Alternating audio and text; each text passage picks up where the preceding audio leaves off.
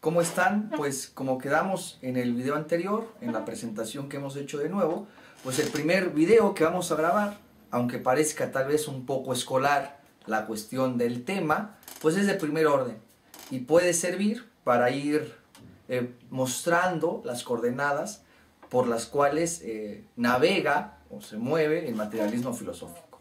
El tema de hoy vamos a tratar de explicar qué es filosofía.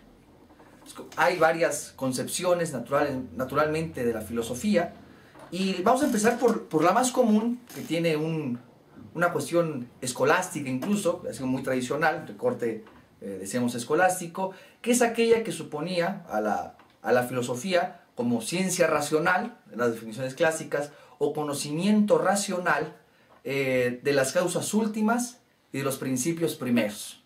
Más o menos así articulada. Remitía en última instancia a una especie de esencia y el gran final, en ese sentido, remitía a Dios, ¿no? Esa es una concepción clásica y en desuso, pero sin embargo es necesario comentar. La crítica va también en ese sentido. Ahora vamos a proceder de la siguiente manera. Como creemos también que pensar, y así lo decía don Gustavo, es pensar contra alguien, vamos a plantear dos críticas esenciales a dos concepciones filosóficas que están moviéndose, que son más o menos empleadas implícita o explícitamente, y la crítica naturalmente desde el materialismo filosófico. La primera a la que nos vamos a referir es a la de la filosofía de la liberación de Enrique Dussel, que ha tenido ha sido muy conocida, es muy citada y se mueve mucho en las universidades. Entonces, palabras más, palabras menos, el esquema general de la filosofía de la liberación de Dussel en tanto concepción de la filosofía podría ser el siguiente. Nos remitimos a dos libros esenciales: Filosofía de la Liberación, que actualmente publica Fondo de Cultura, e Introducción a la Filosofía de la Liberación, esencialmente. Hemos seguido su obra de cerca, pero vamos a remitirnos esencialmente a esos dos libros. El esquema sería el siguiente. Divide el mundo, ¿no?, a veces en un aspecto ontológico, a veces más bien en un sentido planetario, geográfico. De hecho, así habla de geopolítica al principio, ¿no?, en centro y periferia. Ese es el esquema general. Y sostiene que el desarrollo de la filosofía, el surgimiento de la filosofía, y lo dice textual, se da siempre en lo que él denomina las periferias. Esa es la cuestión. Por ejemplo, dice, la filosofía presocrática inicia en Turquía. Estamos textual. La escolástica, los padres griegos y latinos, dice, se da en la periferia que es Grecia, dice él, de ese momento histórico.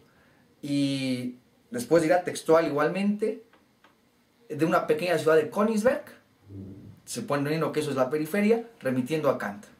Bueno, aquí el problema es el siguiente, que en este momento de la explicación de centro y periferia, el centro y periferia en la concepción de Dussel nunca es fijo, pero tampoco se puede apelar a que es dinámico porque no mantiene ninguna definición y finalmente surgen las contradicciones. Uno de ellos es la concepción de Europa, ¿no? Finalmente el centro es Europa y luego se extiende a Estados Unidos, dice Dussel, ¿no? Bueno, al decir que la filosofía surge en las periferias y remitiendo incluso a Kant, no refiriéndose a Prusia, no a Königsberg, diciendo que es la periferia, entonces finalmente se va rompiendo sus propios esquemas del centro y la periferia, que es finalmente el centro y a qué corresponde la periferia. Pero más aún, la filosofía, dice Dussel, se convierte, o la filosofía del centro, de los entes que dominan, se convierte en ideología. Y deviene el inicio incluso ontológico de la filosofía en una ideología de las ideologías que se utiliza para dominar al otro. Bueno, aquí la cuestión es central. Al hablar del inicio de la filosofía griega, que también él dice que no, que se inició en otros pueblos, también dice él de la periferia, pero sin embargo dice, ¿no?, Heráclito y Parménides, que surgen también de la periferia de la Magna Grecia, igualmente, para tratar de mantener y de justificar esto de centro y periferia, va contradiciéndose y va explayando esos conceptos a cualquier punto geográfico, ¿no? Esa es la cuestión. El segundo, dice, al hablar de la ontología en un inicio griego, el ser que inicia con eso, con Parménides, con Heráclito, la filosofía que se llama en la metafísica denominada presocrática, Bueno, aquí entiende y reduce, yo creo que aquí reduce con un sesgo totalmente sociológico, la idea del ser, en un sentido ontológico, una cuestión sociológica, plenamente. Cuando dice, el ser es finalmente el ser griego. Los demás son bárbaros, ¿no? Claro, ahí se confunde una perspectiva ontológica plenamente, incluso transmundana, en un aspecto puramente sociológico, incluso político, que no va tampoco por ahí. Entonces cae aquí en un jugueteo entre una especie de sociología de la filosofía con un reduccionismo ontológico de la idea del ser puramente sociologista. Cuando dice esto, ¿no? El ser es el ser griego. La reducción total. Entonces, sería risible entender a Tales de Mileto, el ser, el arjé, que dices el agua. Decir, bueno, ¿qué sería el caso del agua griega? Pues no, ¿verdad? Entonces, es el reduccionismo total de la cuestión ontológica por una parte. Luego, en otro de sus textos nos remitimos a un artículo, Europa, Modernidad y Eurocentrismo, de este hombre, de Dussel. Igualmente sostiene en uno de sus momentos, ante la impresión, porque es el juego que usa, insistimos, centro y periferia, pero nunca, como no los conceptualiza, como no los fija, le permite un jugueteo totalmente contradictorio, cuyos seguidores sería necesario que andaran en ello, ¿no? Por razones de rigor y de la concepción lógica de la articulación de su filosofía. Concibe en un momento al mundo árabe como el centro de la historia. Bueno, aquí la cuestión es a qué se refiere con centro de la historia. Pero insistimos en las contradicciones. En este mismo texto él habla del inicio de la filosofía griega, o esta cuestión, esa sacralización de la griega clásica, como un producto del romanticismo alemán. Bueno, entonces las contradicciones son más todavía. Entonces, Grecia como tal ya no es el origen, sino es un invento del romanticismo alemán, pero sin embargo se mantiene ahí como el inicio. Entonces, la contradicción. Otro de ellos es que dice que Europa igualmente es una concepción de corte germano, ¿no? Pero sin embargo sostiene que de Europa, cuando dice que es un invento, pues deviene Europa finalmente en la dominación del resto y en la colonización de las mentes, suponiendo que antes había dicho que Europa era un invento. Entonces, otra vez las contradicciones. No se puede decir esto, bueno, es que se sobreentiende. ¿Qué se sobreentiende? Esa es la cuestión que estamos tratando, ni más ni menos. Y citamos textualmente, remitiendo otra vez al libro de Filosofía de la Liberación, con la siguiente cita textual. Nos estamos remitiendo no a hacer un esquema general de su intento filosófico, sino de su concepción de la filosofía. Textualmente dice, la filosofía no piensa la filosofía, cuando realmente es filosofía y no sofística o ideología. No piensa textos filosóficos, y si debe hacerlo, es sólo como propedéutica pedagógica para instrumentarse con categorías interpretativas, dice. La filosofía piensa, y aquí está la cuestión, la filosofía piensa lo no filosófico de la realidad. Pero ¿por qué reflexión sobre su propia realidad parte de lo que ya es, de su propio mundo, de su sistema, de su especialidad? Lo cierto es que pareciera que la filosofía ha surgido siempre en la periferia como necesidad de pensarse a sí misma ante el centro y ante la exterioridad total, o simplemente ante el futuro de la liberación, dice. Y más adelante, para cerrar esta cuestión, refiriéndose a la filosofía de la liberación, que es finalmente la concepción que tiene Dussel sobre la filosofía, la filosofía no sabe, la filosofía que sepa pensar, es una filosofía que sepa pensar esta realidad, la realidad mundial actual, no desde la perspectiva del centro, del poder político, económico, militar, sino desde más allá de las fronteras, misma del mundo actual central, desde la periferia. Esa filosofía no será ideología, o al menos lo será en menor medida, dice. Y se cierra. La realidad es la tierra toda, y para ella son, no el no ser, realidad también los condenados de la tierra. Entonces vemos aquí, cuando dice, la filosofía es lo no filosófico, Bueno, ahí es la ruptura total. ¿Qué es lo no filosófico?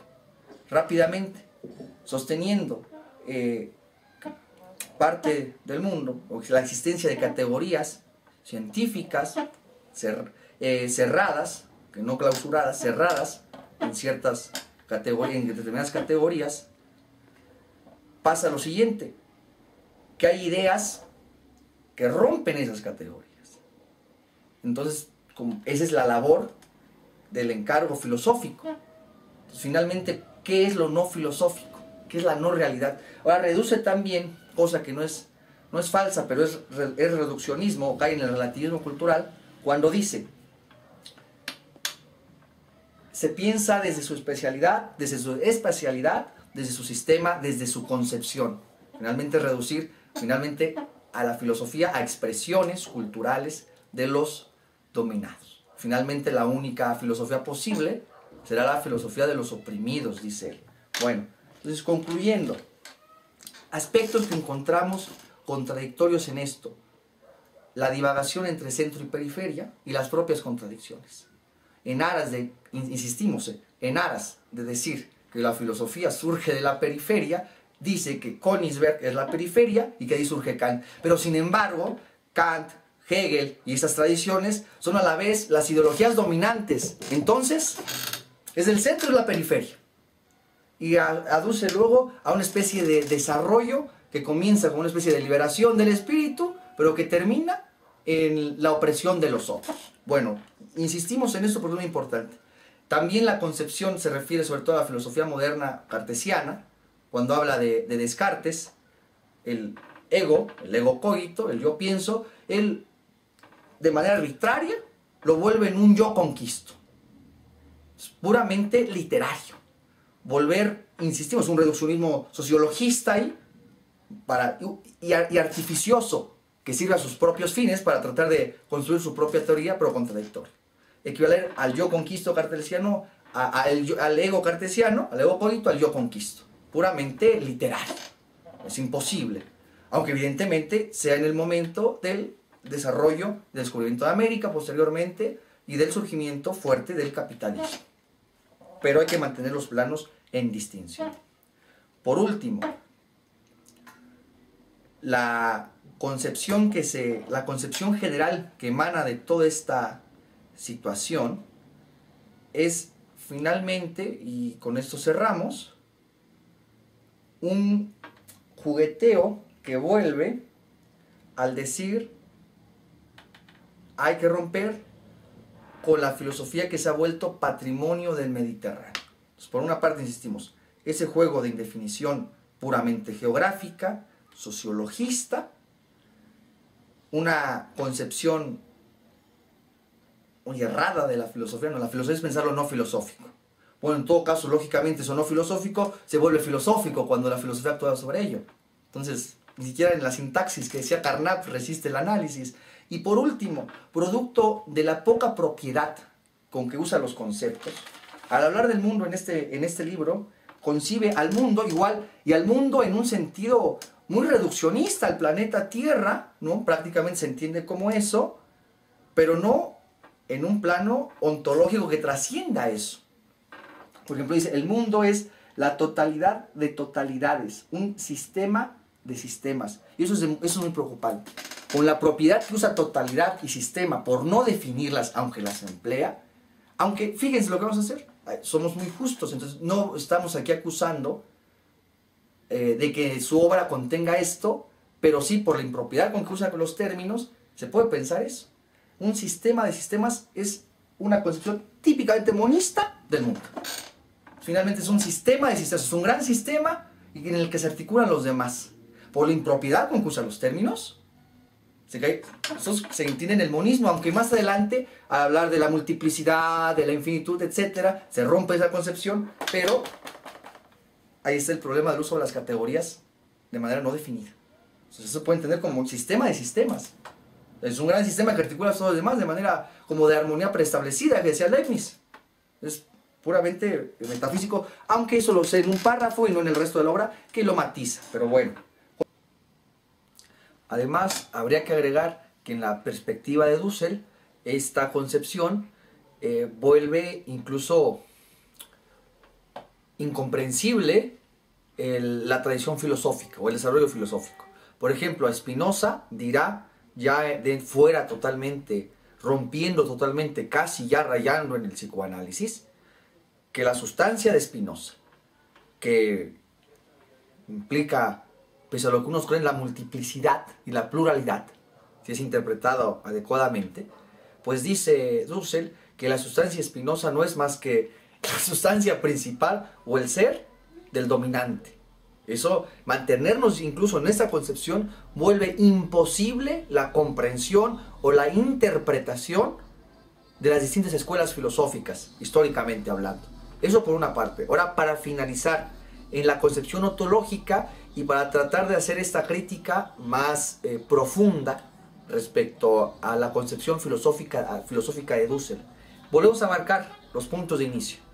Un dualismo entre una filosofía dominante, que oprime, que victimiza, y una filosofía liberadora. Ahora, el problema es que en ese jugueteo insistíamos de centro-periferia, insistimos con esto porque es importante subrayarlo, dice Dussel que deja de ser filosofía y se convierte en ideología. Y la ontología que retorna a esa filosofía se vuelve en la ideología de las ideologías, incluso, frente a la idea de una filosofía de la liberación que sí logra ser omniabarcante, que ya no solamente implica el punto de vista del opresor, sino también del oprimido, y por tanto en la definición que leamos se dice él mismo textualmente, se mundializa o se universaliza realmente. Aquí los conceptos hay que manejarlos con mucho rigor. Ahora hay que reconocer que no es falso, tampoco, no es falso, que evidentemente las filosofías responden en ocasiones a cuestiones políticas y están pues, en medio de una historia, evidentemente. Pensamos en materialismo dialéctico, insistimos, ¿no? Secuestrado, digamos, por un partido, el Partido Comunista, el PQS, de la Unión Soviética. Entonces, tampoco desligamos esa cuestión, como en el caso de la ciencia, sin por eso caer, como paréntesis, en la sociología del conocimiento, que ahí sí ya es un peligro. Si no se matiza bien, es un peligro. Muy bien, porque relativiza todo. Lo mismo sucede, y cerramos con esto, en la cuestión dusseliana. De alguna manera recuerda lo que decía Lukács, que solamente los oprimidos logran la visión total, omniabarcante. Ahora, simplemente el hablar de universalización y de totalización, cuando dice son totalizaciones de una razón única y opresora, es ya la ruptura total. Son ideas nuevamente rompiendo con ciudad ontológica, son ideas ontológicas generales. Era lo mucho está diciendo, pues puede ser un uso político que se le pueda dar que puede ser factible, cuando no ya casi haciendo psicoanálisis o cosas psicológicas. Como decíamos esto de Spinoza, no hay elementos para decir eso, para sostener eso de manera rigurosa. Entonces, el solo hecho de hablar de universalización y de totalización implica una cuestión filosófica que naturalmente rompe con eso de opresores y oprimidos. Y concluimos. La materia filosófica logra traspasar, porque si no eso se vuelve expresiones, además con ese latinoamericanismo que maneja, expresiones antropológicas de unas determinadas culturas. Se pierde ahí la cuestión y hay que recordar que la filosofía académica, decíamos platónica, no porque sea universitaria, radica en las características que tiene su materia, que es trascendental, que es trascendente esas cuestiones culturales, a saber, las ciencias positivas categoriales y la ética y la moral universales. Esa es la materia filosófica, y al ser trascendentales a la cultura, a las respectivas culturas, queremos decir, evidentemente son productos histórico-culturales, pero trascendentes esas determinaciones culturales, decíamos, puramente antropológicas, logra una labor trascendental. Con eso cerraríamos la parte de Dussel en esa concepción a grandes rasgos. Claro, para hacerlo más serio y más profundo, implicaría el análisis más profuso de su obra, que lo vamos a hacer, pero eso es simplemente un primer paso. Entonces seguimos con otra concepción también muy en boga, y sino un poco, finalmente son modas, parece que han sido modas que van cayendo finalmente, ante su inoperancia o su poca veracidad para acabar pronto. Vamos a referirnos ahora como contraparte o como concepciones a las que nosotros hacemos frente a Gilles Deleuze. Deleuze, como ustedes saben, es un filósofo francés Y vamos a remitirnos, su obra es extensa, la mayoría recae en aspectos a veces puramente literarios, cuando habla de Spinoza y se refiere a la expresión, pero nunca se remite a la parte sustancial de Spinoza. Entonces vamos a remitirnos a un libro esencialmente de Deleuze, que escribe con otro de sus secuaces, de sus compañeros, Félix Guattari, algo así. Y bueno, en este libro, que se llama así, ¿qué es la filosofía? No estamos criticando todos conjuntos, sino concepciones filosóficas, concepciones de la filosofía. Sería lo siguiente. Él sostiene, el inicio del libro, en la introducción, es naturalmente literario, como acostumbran estas corrientes, ¿no? De la quiebra de la filosofía francesa desde hace rato. Y habla de los conceptos en el siguiente sentido. La filosofía, uno entra en una etapa de la vida, de la madurez, dice él, ¿no? Con la ancianidad, o la vejez, dice él, en que la filosofía es necesario definirse, dice él. Es que en la juventud estamos tan necesitados por filosofar que no definimos qué era filosofía, el aspecto puramente psicológico. Lo sustancial sería lo siguiente. Se refiere a la filosofía, y así lo dice, como arte, técnica, palabras más, palabras menos, pero esa es la palabra que mantiene, arte o técnica, arte, imagínense, de la creación de los conceptos. Eso dice Gilles Deleuze. Pareciera interesante en un primer momento. Y lo contrapone, como suele hacerse en las corrientes francesas, al arte y a la ciencia. Y trata de diferenciar lo filosófico de las artes y de los campos científicos. Naturalmente no lo puede hacer. El desarrollo es el siguiente. El arte y las ciencias naturalmente utilizan conceptos, pero solo como auxiliares, como operadores, como cuestiones operativas, dice Gilles Deleuze. Entonces, el arte está preocupado más por conceptuar artísticamente, plásticamente, en obras, que por definir, etc. Y la ciencia, que es lo más grave que dice, porque implica el desconocimiento total de los campos científicos, cuando dice, fíjense, la ciencia no tiene conceptos o los utiliza, insiste en la idea, como auxiliares. Eso es lo que persiste. Cuando crea conceptos la ciencia, dice Deleuze, solamente como auxiliar, como instrumentación para sus fines. Y dice Deleuze, la ciencia base con conceptos trabaja con funciones. Es la cuestión, con funciones. Funciones que remiten al descubrimiento o al establecimiento de leyes. Otra vez el reduccionismo, que no se puede perdonar, de la ciencia como mera eyección o emulsión de leyes. La ciencia es más que un conjunto de leyes. La ciencia no solo arroja leyes. Uno puede pensar en la estructuración de la tabla periódica y no se emiten leyes así porque así. O sea, la ciencia no solo emite leyes. Pero bueno, siguiendo con Deleuze. Deleuze dice, en funciones que llevan a establecer distintas leyes científicas. Y esas leyes, dice Deleuze textualmente en este libro que es Filosofía, se establecen o se pueden interpretar desde marcos conceptuales distintos. ¿Quién sabe a qué se refiere? Por así lo dice. A marcos conceptuales distintos. Las leyes se pueden interpretar desde marcos conceptuales distintos. Finalmente, una vez caracterizado la cuestión artística, lo que él supone que caracteriza a la cuestión científica, termina abundando en la cuestión filosófica como una auténtica labor de creación de conceptos. Y para matizar y desarrollar un poco más la idea de Deleuze y que no quede, como lo llaman algunos, un muñeco de paja, ¿no? Vamos a desarrollar.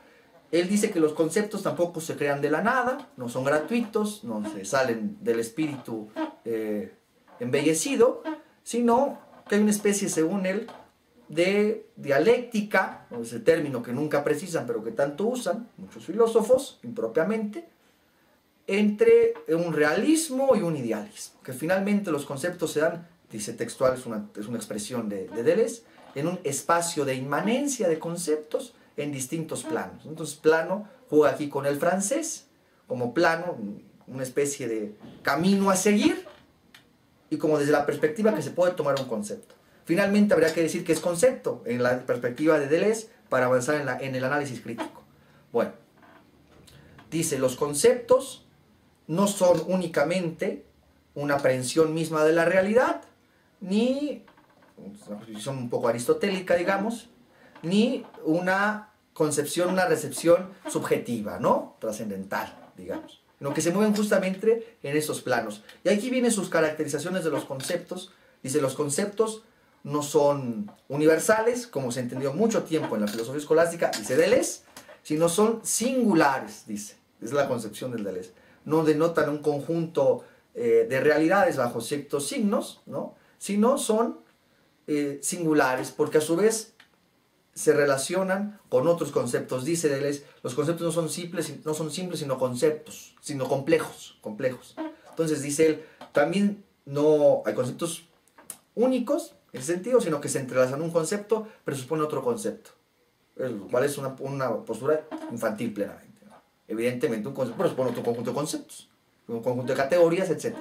Pero ese sería más o menos la concepción filosófica con los elementos más o menos de Gilles Deleuze. Finalmente la filosofía es el arte técnica de los conceptos, de la creación de conceptos en ese sentido, aunado a otras cuestiones que se desarrollan en ese libro, etc., en el conjunto de su obra. Pero nos remitimos a eso. Ahora, aquí la cuestión se vuelve un poco más profunda, porque desde el materialismo filosófico criticamos totalmente la concepción que tiene de conceptos y de la ciencia y por tanto de la filosofía, y nos apuntamos hacia ya establecer qué concepción se tiene desde el materialismo filosófico de la filosofía, y ahora abundaremos en ello. 1.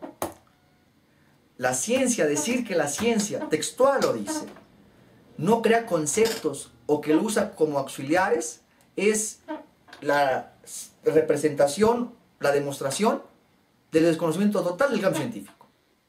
Justamente la diferencia que asignamos desde el materialismo filosófico entre los saberes, el saber filosófico y el saber científico, es que las ciencias trabajan con conceptos que construyen categorías y que son inmanentes a unas categorías determinadas de los campos respectivos de cada ciencia positiva. Entonces, como esos conceptos que a su vez surgen de la técnica, los conceptos científicos, como escala, ¿no? Surge de la idea de la escalera, por ejemplo, escala natural, la idea de la escalera, ni más ni menos, un concepto técnico en un principio, pues la filosofía se encarga de agrupar, de sistematizar, de conjuntar de alguna manera en la construcción de esas ideas que son trascendentales a los campos respectivos. Un ejemplo, la idea de libertad. Hay concepto de libertad y una idea de libertad con mayúscula, digamos. Libertad en sentido jurídico, libertad política, libertad en etología, por ejemplo. Y hay una idea de libertad que es justamente con la que trabaja la filosofía. Un campo más duro. Me vino ahora a la mente la idea de la estructura.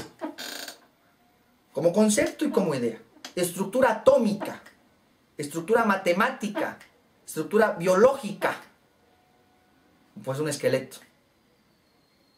Y la idea de estructura en general, que remite a muchos campos. Estructura política, estructura social, hablará la sociología. Y la idea de estructura en general, esa corresponderá a la filosofía. Entonces, si lo que caracteriza a las ciencias es justamente la articulación de los conceptos en ese sentido. Finalmente, ¿cómo entendemos a conceptos desde el materialismo filosófico? Los conceptos remiten a un universal, justamente, de un conjunto que agrupa un conjunto de fenómenos dados. Eso es. Con dos características esenciales en la distinta tipología de los conceptos, que son claros y distintos. No como cuestión metafórica. Son claros en tanto denotan una realidad, una cuestión definida. Son distintos en tanto están bien construidos, se diferencian de los demás, lográndose la definición de esta manera. Es la cuestión de los conceptos desde el materialismo filosófico, dicho de manera muy, muy rápida. Claro, implica ahondar. Es en el fondo esta cuestión de caracterización, de agrupación de los fenómenos. Denota eso, conjunto de fenómenos dados. De manera rápida, un poco reduccionista, pero esa es la cuestión general que se tiene. Por lo tanto, avanzamos en la crítica al Deleuze desde el aspecto de las ciencias, no tiene una teoría nociológica, lo que lo hace extraviarse en esas cuestiones. La cuestión artística, bueno, eso ya es por psicologismo lo que dice Deleuze. Y la cuestión filosófica, pues es la contraposición tal, ¿no? Desde las coordenadas del materialismo. Trabaja con ideas, no con conceptos de entrada. Y luego el decir que es un arte o es una técnica, pues queda totalmente difuso. Que es un arte o es una técnica en un sentido filosófico. Queda totalmente difuso. Esa es nuestra crítica que hacemos a Deleuze en los primeros, digamos, superficialmente, porque se puede profundizar en tanto esas concepciones imprimen una teoría ontológica y mal que bien nociológica, mal hecha por ahí, que es la que habría que criticar más profundamente, pero avanzamos, porque finalmente decimos que este es un video tratando de analizar, de ver qué es la filosofía. Muy bien. Bueno, y los conceptos por extensión e intención también, eso se mantiene en el materialismo filosófico, varía en ese sentido. Una tradición escolástica además. Finalmente, después de estas rápidas críticas que insistimos para hacerlas en su justa proporción, hay que ahondar en ellas, lo vamos a hacer, tomamos simplemente como referentes, ¿no? Una especie de límites entre esas concepciones, pero avanzamos hacia qué se entiende desde el materialismo filosófico por filosofía. Ahora, miren ustedes, que es una cuestión un poco más profunda, o al menos eso intentamos. El hecho que desde distintas escuelas se tengan distintas concepciones filosóficas propio de su misma concepción, postulados, etcétera, de cada filosofía, ello no exime a que independientemente de que cada escuela filosófica tenga una concepción filosófica, se pueda saber objetivamente qué es filosofía. Aquí es el postulado general y vamos a ver a qué nos referimos en esto que acabamos de sentenciar, de decir. Desde el materialismo filosófico entendemos a la filosofía no como un saber radical, digamos, saber de primer grado, no en el sentido de importancia, no en el sentido axiológico, sino nociológico, ontológico, de una especie de reflexión ante el ser, ante la nada, ante mi vida personal o ante encontrar el sentido de la vida, sino como un saber de segundo grado, como un saber reflexivo, y eso es fundamental, no reflexivo en el sentido psicológico, sino reflexivo en un sentido objetivo. Reflexiona sobre el resto, sobre otro conjunto de saberes ya dados, que le preceden, y eso es fundamental. La filosofía no es un saber radical que emana de sí mismo, sino que opera, que surge, que se da, que analiza, que critica sobre la base de otros saberes que le preceden. Por eso decimos que la filosofía es un saber de segundo grado, porque reflexiona, justamente reflexiona, no es un espejo con una refracción, una reflexión sobre el conjunto de otros saberes ya dados que le preceden, científicos, políticos, religiosos, técnicos. Eso es fundamental. Y ahora, para ir cerrando, no queríamos explayarnos tanto, pero es imposible no tocar ciertos puntos para no volverlo burdo. Una cuestión central, desde una cuestión genética, es decir, en el inicio. ¿Cómo decir entonces que inició la filosofía, si sostenemos en Grecia? ¿Cómo inicia entonces? ¿Sobre qué saberes? Si no existían las ciencias positivas en el sentido moderno, ¿sobre qué saberes se construye la filosofía en un sentido originario, genético, que le da origen? Sería lo siguiente. Vamos a tomar como ejemplo de esto, para avanzar y mostrar un poco las aristas del materialismo filosófico, a Tales de Mileto. Nos vamos a basar en un libro excepcional del maestro don Gustavo Bueno, que se llama La Metafísica Presocrática, en el capítulo 1, cuando habla de Tales. Tales, como se sabe, es está dentro de los 7 sabios de Grecia.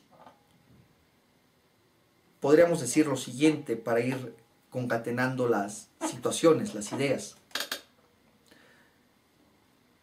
Se dice que la filosofía, lo dice Diógenes Laercio en Vida de Filósofos Ilustres, Aristóteles lo dirá también en Metafísica, hará comentarios alusivos, como el iniciador de la filosofía.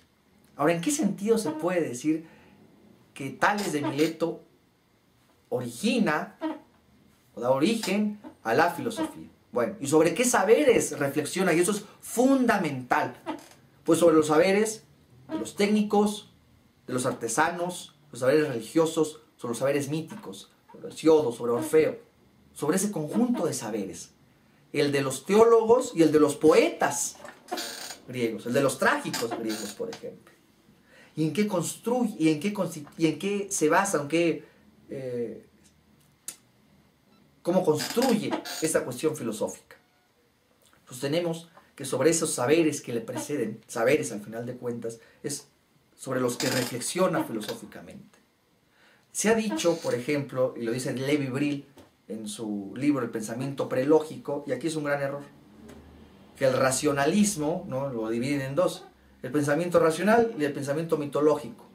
Negamos esa concepción, porque tan racional es esa cuestión filosófica como racional es el mitos. Lo dicen ellos, ¿no? El logos y el mito. Bueno, tan racional es el mito como racional esta idea que tienen de logos. Entonces es una crítica primero que hacemos a esas concepciones, pero avanzamos. En el caso de los presocráticos y por ejemplo de Tales, se trata a veces de reducir o de llamarlo, y es muy común encontrarlo en los libros de difusión o de filosofía o en manuales, incluso científicos, que lo consideran como un meteorólogo, como un físico, como una especie de astrónomo, astrólogo, y evidentemente como un geómetra. Y tratan de contraponer o de conciliar a veces a un Tales científico de un Tales filósofo. Yo creo que eso se vuelve una falsa salida. Porque finalmente, y aquí está la cuestión central, es que Tales construye, articula lo que don Gustavo denomina ahí la metafísica axiomática. Metafísica axiomática en tanto de un principio se desarrolla el resto, un sistema monista. Pero aquí está la cuestión central. Una metafísica de corte monista, axiomático, en el caso de Tales el agua, así lo dice Aristóteles en la metafísica, el agua es el principio de todo, pero no reducido a una cuestión biológica o física, que los organismos surjan del agua, no, sino que están impregnadas por una cuestión ya ontológica, ya propiamente metafísica, que la trasciende. Uno, porque está presente la idea de todo, y eso es fundamental. Está presente la idea de todo, que se mueve, que opera, y no es que surja o se entienda que determinadas cosas surgen del agua, en este caso, por ejemplo, no es que la totalidad que surge de ese primer principio. Eso es fundamental. Es decir, esas concepciones físicas o esas categorías precientíficas, es fundamental, están ya envueltas en una concepción metafísica. Y esa es la cuestión central. Cerramos. La metafísica axiomática monista, y sostenemos, además desde el materialismo filosófico, que la filosofía propiamente dicha inicia con Platón, con la tradición académica, que no universitaria, en el siguiente sentido. Esta metafísica monista se autodisuelve a sí misma. Se disuelve a sí misma. ¿Por qué? Porque en tanto monista, en una cuestión tanto pragmática como lógica, se da cuenta de la necesidad, en ese razonamiento, de la multiplicidad y de la pluralidad, de un pluralismo ontológico. No se puede mantener un monismo. Y ello no quiere decir que posteriormente estos desarrollos no hayan surgido doctrinas metafísicas o también monistas. Está el materialismo dialéctico, ¿no?, que se dice materialista, pero es monista plenamente. Entiende el mundo como unidad y la concepción extraña que tiene la materia. Bueno, eso es fundamental en un primer aspecto. Segundo aspecto, ¿en qué se basa o qué diferencia a Tales del resto del mito y qué hace que en Grecia sostengamos nosotros, inicia la filosofía en sentido estricto? Tesis que sostenemos plenamente. Es un aspecto fundamental, la geometría. Vamos a tratar de explicarlo por qué. Hablar del racionalismo presupone tener una idea de razón, porque eso nunca se dice. Decía don Gustavo, esto se sabe, pero decía, teóricamente se sabe, pero en realidad no lo sabe nadie, decía él. Entonces, hay varias concepciones de la razón, naturalmente. Una lo entienden como una cuestión puramente dialógica, argumentativa, silogística. otra como una especie de actividad deductiva, ¿no? A través de ciertos principios se va deduciendo cosas, pero no. En este caso, para hablar de Tales, porque también la doctrina de la razón del material filosófico es la teoría del cierre categorial, que van concatenadas plenamente, presupone la idea del dimorfismo, la cuestión de la materia y la forma, en tanto presupone operaciones, relaciones y términos para hablar de razón y de racionalismo. Son operaciones no solamente manuales, que tienen que ver naturalmente en un sentido de la racionalidad operatoria, pero también en otros flancos, y eso es lo que se logra y se constituye en la geometría, y de ahí la importancia y la ligazón entre geometría y filosofía. No es gratuito, ni puramente retórico o poético. La cuestión es la siguiente. El esquema que tenemos de razón implica esquemas de identidad. La cuestión de identidad pasa lo siguiente. Las relaciones y las operaciones remiten más a una forma y los términos a la materia. Entonces digamos que materia y forma sigue un criterio ilemórfico en la idea de razón. En el caso de la geometría, que eso es fundamental, es donde se logra regresar a través de ciertas operaciones, incluso manuales, con compases, con lápices, con circunferencias, con redondeles, el encuentro de una identidad, como son una identidad en sentido lógico, de unas verdades racionales que están presentes en la geometría. No en vano se le atribuyen a Tales 3 connotados teoremas, además del famosísimo teorema de Tales. ¿Qué implica esto? Implica esto: conjunto de términos, conjunto de relaciones, conjunto de operaciones. ¿Y en qué consiste finalmente la cuestión central de la racionalidad? En este conjunto de operaciones, relaciones y términos, lo que no logra ser el mito, que sin embargo es también racional, pero no logra avanzar más, es el siguiente: que se puede neutralizar al sujeto de esas respectivas operaciones, regresando a las esencias y construyendo así verdades racionales, que es lo que pasa con la geometría. Eso es fundamental. En el conjunto de operaciones, pensemos en el triángulo isósceles, en un teorema del triángulo isósceles al que habla Tales de Mileto, logra neutralizar el aspecto de la dialéctica subjetiva. Se ven neutralizadas sus operaciones subjetivas y se llega a una esencia de la cuestión puramente racional, neutralizar las operaciones subjetuales. Es ahí la diferencia entre las distintas racionalidades y lo que caracteriza a la racionalidad filosófica y al racionalismo jonio de estos pensadores. Concluimos. No creemos que se pueda entender a Tales como una yuxtaposición o como una disyunción entre un filósofo y un científico. Yo creo que no. Estamos hablando de un metafísico, el mejor de los sentidos, cuyas concepciones categoriales prescientíficas, insistimos, se ven envueltas por ideas trascendentales, ya presuponen la metafísica que construye Tales. Y finalmente, y esto es aquí fundamental, y concluimos, no pensamos que durará tanto, en que Tales, a partir de Tales, evoluciona, se desarrolla y avanza el conjunto del pensamiento filosófico hacia Platón, hacia Aristóteles, la sofística fundamental, a partir de Tales en un sentido histórico evolutivo, no del espíritu o cuestiones así. Esa es la cuestión central presente en Tales de Mileto. ¿Por qué vino al caso todo esto? Porque podría surgir la duda muy justificada. Es decir, bueno, si la filosofía, y suponiendo que así sea, que lo es, reflexiona sobre otros saberes, ¿sobre qué saberes reflexionaría en su momento, digamos, constitutivo? Bueno, pues de esta manera y en este sentido decíamos. Y una cuestión fundamental, y concluimos la parte de Tales, que no es en el progreso, digamos, una especie de método filosófico.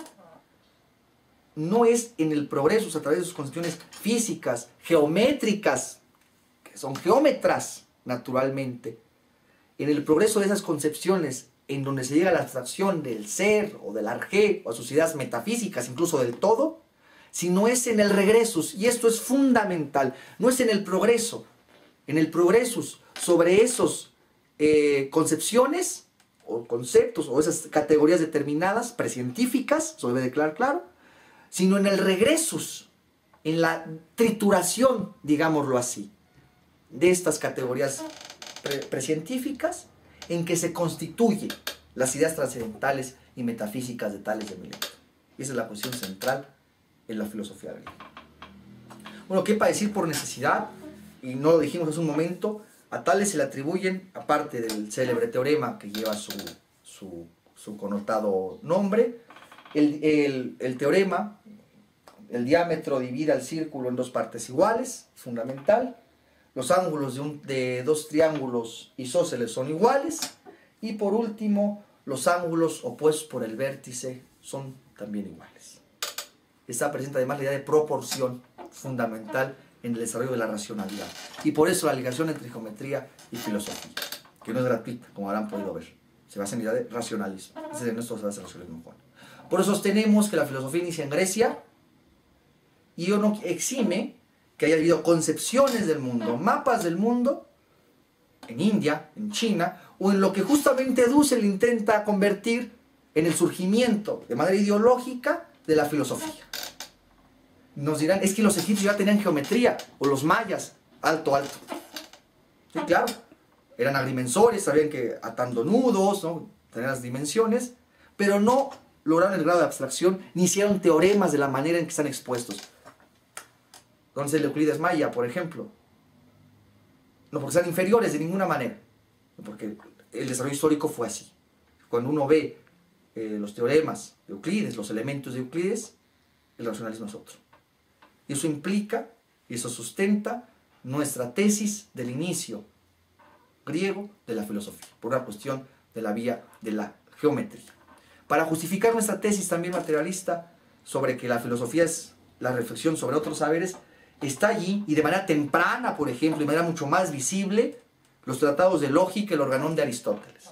En los segundos analíticos, hablando de la demostración, finalmente, la forma, y eso es fundamental en la concepción aristotélica de la ciencia, es la verdad, es fundamental, a través de la demostración silogística, pues justamente está reflexionando ya sobre otros saberes. Esta labor que está haciendo de inicio nociológica Aristóteles, justamente puede realizarla porque hay otros saberes que la preceden a su actividad filosófica. Si no, no habría materia sobre la cual trabajara la filosofía. Es un ejemplo claro y muy temprano, en los segundos analíticos de Aristóteles, del organón. Otro argumento para esas cuestiones que decíamos. Conclusión. La filosofía es un saber de segundo grado que reflexiona sobre otros saberes que le preceden, la tesis fundamental, y que desde el materialismo filosófico concebimos como una labor crítica. Pero crítica, y hay que decirlo, es un término ya prostituido, totalmente corrupto y degenerado en tanto ha perdido sus significaciones. Porque crítica a veces se entiende como una crítica puramente fenoménica, ¿no? Crítica al establishment, crítica al statu quo, no. Crítica en tanto trituración de la realidad. Crítica en tanto trituración de las corrupciones ideológicas del presente. Sentido crítica en el sentido más puro y originario, de clasificación. Eso es fundamental. Porque finalmente decíamos, la filosofía trabaja con ideas, es trascendental a los campos, insistimos porque eso no lo habíamos expuesto de esta manera, trascendental a los campos categoriales científicos respectivos, que trabajan con conceptos, justamente en contradicción total con lo que dice Deleuze, y avanza sobre la cuestión de las ideas que agrupa, que concatena, que critica.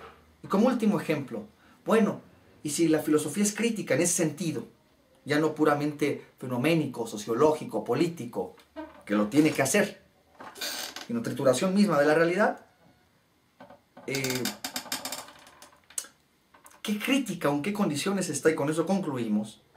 La filosofía, de hacer una crítica a la filosofía, a la ciencia. ¿Cómo es posible que la filosofía critique a la ciencia? ¿Cómo lo hace? Evidentemente la ciencia no puede tener la idea del todo, es imposible. Cuando los científicos rompen su respectiva categoría, creen que siguen haciendo ciencia fuera de sus laboratorios, o fuera de contener un teorema, ¿verdad? Y empiezan a divagar. Es lo que hemos denominado fundamentalismo científico. Fuera de sus categorías no está mal. Gramsci diría, todos somos filósofos, sí, pero hay unas filosofías más baratas que otras, generalmente. Es fundamental. Es la cosmología. La cosmología que entiende, que comprende a la idea del universo como un todo. Y aquí habría que matizar todos absolutos limitados, esto de la teoría del cierre. El otro día abundaremos en eso porque no viene al caso. Es una crítica que se hace desde la filosofía materialista, contundente. La ciencia no puede tener como categoría, ni puede tener como categoría al todo. Es imposible, sería romper la estructura misma de la ciencia. Las franjas de verdad de la cosmología se ven reducidas.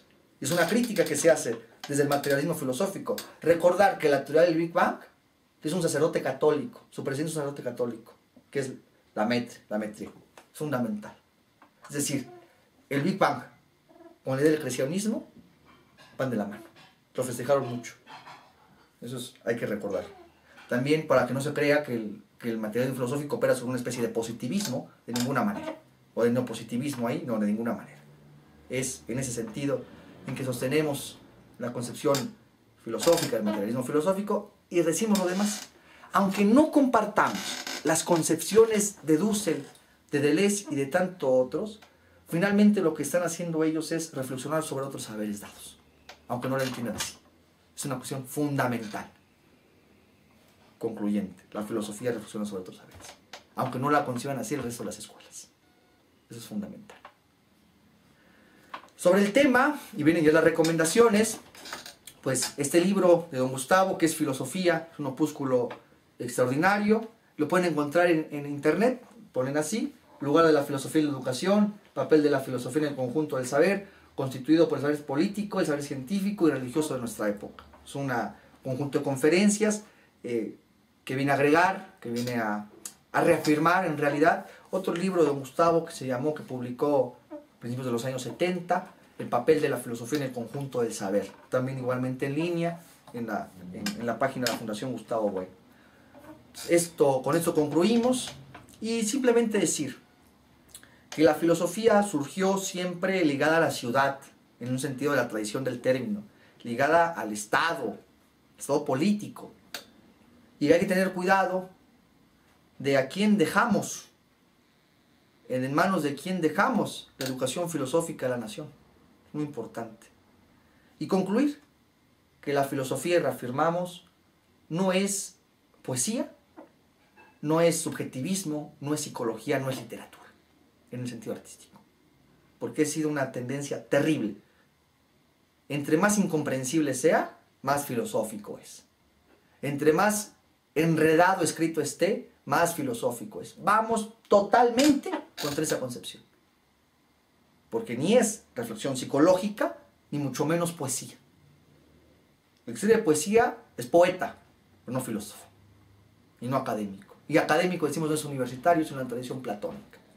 Entonces, no tiene nada que ver, aunque lo incluyas, es una filosofía pues barata, ¿no? Eso, una filosofía barata, concepción poética o puramente psicológica, que la vuelven en una ética, finalmente. Por ejemplo, una filosofía light, por usar este término, un tal André Comte Sponville, francés, parece que viene descendiente de Comte, esto representa otra vez la quiebra de la filosofía francesa, no lo digo por Comte, naturalmente, sino por su descendiente, donde la filosofía quiere reducir a una ética, como Sabater, por ejemplo.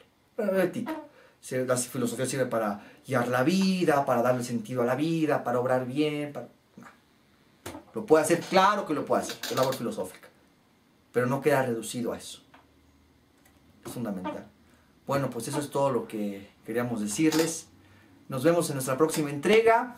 Nos van a hablar también de cuestiones, en unos días, de biología sintética, por ejemplo, desde el materialismo filosófico. Bueno, esto es lo que les queremos decir Muchas gracias y hasta luego.